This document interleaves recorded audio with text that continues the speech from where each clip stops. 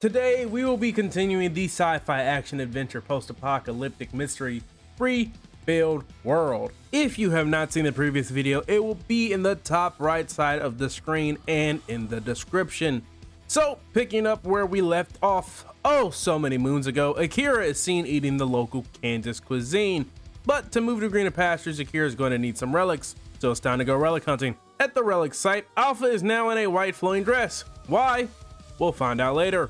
But before we find out, Alpha decides to flash Akira for the hell of it. Now, hypothetically, is it possible for AI to be charged with a federal crime? Matter of fact, are they able to be charged with any crime? Probably not. But the reason Alpha is wearing such a showy dress is because, just like the poison dart frog, the flashiness of the dress is going to attract some unsavory guests that are going to find out the hard way that being a gooner is not going to end well. So now inside the building, here's the game plan. Kill the hunters that were oogling Alpha earlier.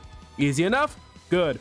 Break. So Goofball 1 and 2 here are talking about how Goofball 1 is the only one able to see Alpha because his eyes are mechanical or something and can see stuff from the old world, but they saw Akira turn in some good expensive relics earlier and now they plan to rob him and turn him into a hashtag. So Goofball number 1 goes in first and sees Alpha and immediately comments on Alpha's great ass. I would remind you, no matter the time, place, or universe, horny is the most dominant force in the timeline. So as long as Akira does not mess this up, this should be a layup of a kill. Goofball number 1 is just so unbelievably horny that he is somehow getting mesmerized by a hologram. I remind you that by now, he should know she's a hologram. So all Akira needs to do is hold,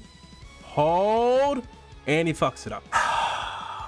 Just one job. I swear you give them one job and they still fuck it up. And he got shot just a boot. Okay, let's try this again, but in a different way. First, have Goofball number 1 do goofball things, then proceed to blast Goofball 1 so that a gooner like him can die seeing the thing he truly loved but could never actually touch. So the first thing to learn in the art of war is to piss off your opponent so that they make emotional decisions and not rational decisions. So how does Akira do that? By dumping Goofball number 1's body out of the window and let the body hit the floor. Now thoroughly angry, even though the reason Goofball number 1 was in the building by himself is because number 2 sent him there to be the guinea pig in case this happened, even though I think he's more upset that a child is looking down on him, and that's fair. So while running through the building without any of his woes, he stops and sees something that's obviously a trap. But little did Goofball number 2 know that the moment he entered this building, he was already dead. Holy shit, what the fuck was that? A one-time use lightsaber? My god, he really didn't stand a chance. He should have just ran away. So back to the city, after looting the goofball corpses like Lethal Company, he turns in some relics, gets a fat payday,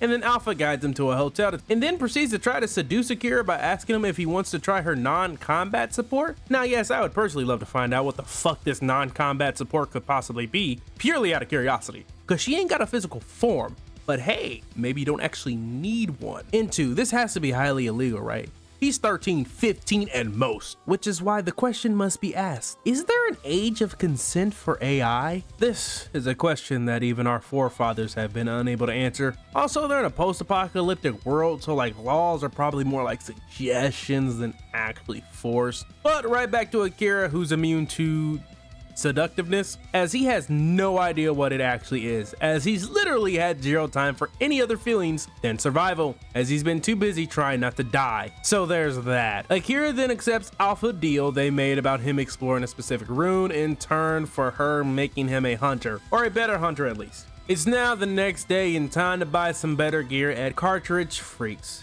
where he meets the manager, Shizuku.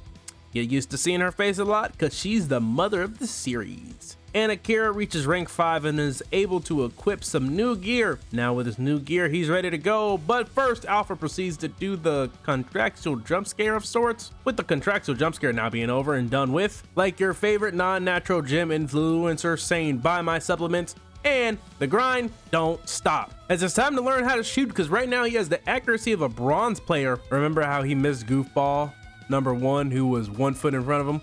Exactly. That is why we need to at least get his accuracy silver adjacent for now. And after several practices, he's reached silver 3. Congrats.